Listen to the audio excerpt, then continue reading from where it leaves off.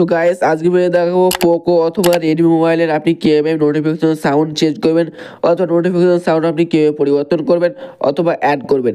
আপনার যদি Poco mobile হয় অথবা রেডমি মোবাইল হয় সেক্ষেত্রে আপনি কিভাবে আপনার পোকো এবং রেডমি মোবাইলে নোটিফিকেশন সাউন্ড অথবা মেসেজ সাউন্ডটা আপনি কিভাবে অ্যাড করবেন অথবা মেসেজ সাউন্ড আপনি কিভাবে পরিবর্তন করবেন। যেমন ধরুন আপনাকে যদি কেউ SMS করে অথবা ওটিপি আসে সেক্ষেত্রে কিন্তু একটা সাউন্ড কিন্তু বাজে, সিম্পলি সেই সাউন্ডটাই কীভাবে আপনি পরিবর্তন করবেন অথবা সেই সাউন্ডটা আপনি কীভাবে চেঞ্জ করবেন। এখান থেকে আমি ক্লিক করবো আমার সেটিংসে। সেখান থেকে কিন্তু আমি সেটিংসে একবার ক্লিক করে দিলাম। সো সেটিংসে ক্লিক করে দেওয়ার পরে আপনাকে কিন্তু মোবাইল সেটিংসে প্রথমে নিয়ে আসবে। সো মোবাইল সেটিংসে নিয়ে আসার পরে এখান থেকে কিন্তু আপনাকে নিচে আসার পরে এখানে একটা অপশন পেয়ে যাবেন সাউন্ড অ্যান্ড ভাইব্রেশন। এখান থেকে কিন্তু আপনাকে সাউন্ড অ্যান্ড ভাইব্রেশনে ক্লিক করতে হবে। সো সাউন্ড অ্যান্ড ভাইব্রেশনে ক্লিক করে দেওয়ার পরে এখান থেকে কিন্তু আপনি তিনটে অপশন পেয়ে যাবেন, একটা হচ্ছে রিংটোন, একটা হচ্ছে অ্যালার্ম, একটা হচ্ছে নোটিফিকেশন।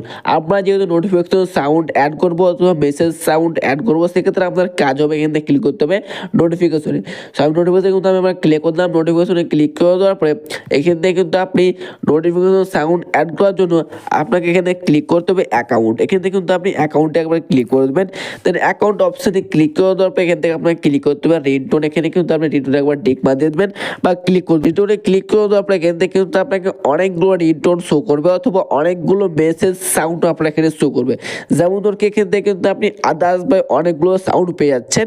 আপনি যদি মনে করেন কি আপনি নিজস্ব কোনো ফাইল থেকে সাউন্ড অথবা গান দিব সেক্ষেত্রে আপনাকে এখান থেকে ক্লিক করতে হবে প্লাস আইকনে। এখান থেকে কিন্তু আপনি প্লাস আইকনে একবার ক্লিক করবেন। দেন প্লাস আইকনে ক্লিক করে দেওয়ার পর এখান থেকে আপনি ক্লিক করে দেবেন ফাইল ম্যানেজারে।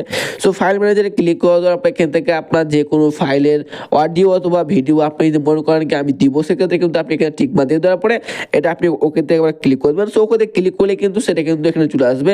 সো এখানে আসার পরে কিন্তু আপনি এখানে অ্যাপ্লাই ক্লিক করার পরে কিন্তু আপনি সেটিংটা এখান থেকে অ্যাপ্লাই করতে পারেন। যেমন ধরুন কি আমি এখান থেকে আমার নোটিফিকেশনটা অ্যাপ্লাই করবো। এই নোটিফিকেশনটা অ্যাপ্লাই করার জন্য সোজাসুজি একটা অ্যাপ্লাই বাটন রয়েছে। এখান থেকে কিন্তু আমি অ্যাপ্লাই বাটনে একবার ক্লিক করে দেবো। দেন অ্যাপ্লাই বাটনে ক্লিক করে দেওয়ার পরে কিন্তু আপনি উপরে একটা অপশন পেয়ে যাবেন নোটিফিকেশন। এখান থেকে কিন্তু আপনার নোটিফিকেশন একবার ক্লিক করতে হবে।